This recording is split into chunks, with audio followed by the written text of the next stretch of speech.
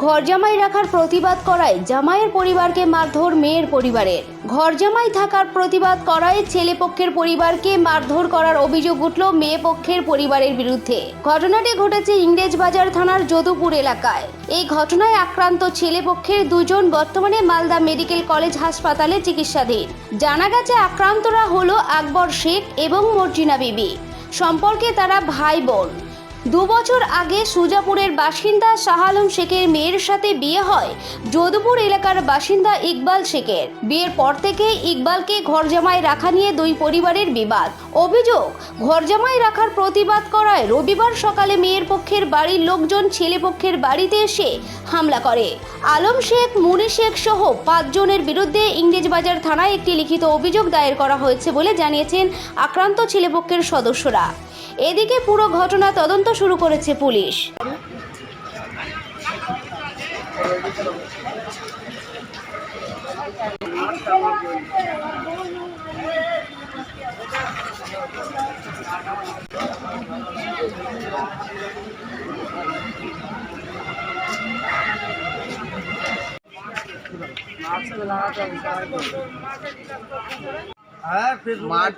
মারপিটটা হচ্ছে আমার ভাই বউ ওনার স্ত্রী আমাদের বাড়িতে থাকে।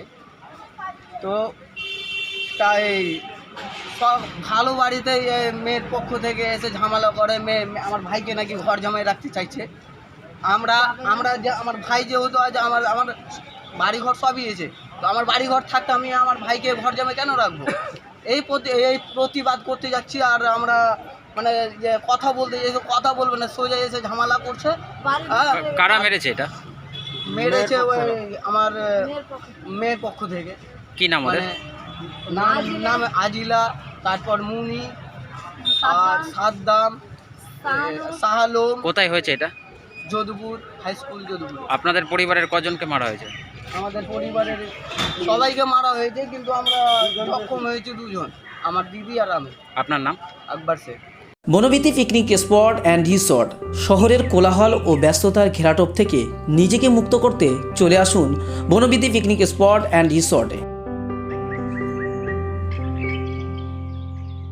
কলকাতা থেকে মাত্র 30 মিনিট দূরত্বে কোলাহল মুক্ত মনোরম পরিবেশে নিজের পরিবার, কোয়ার্কার, ক্লায়েন্ট মিটিং বা কয়েকদিনের ছোট্ট ট্রিপের জন্য চলে আসুন আমাদের রিসর্টে।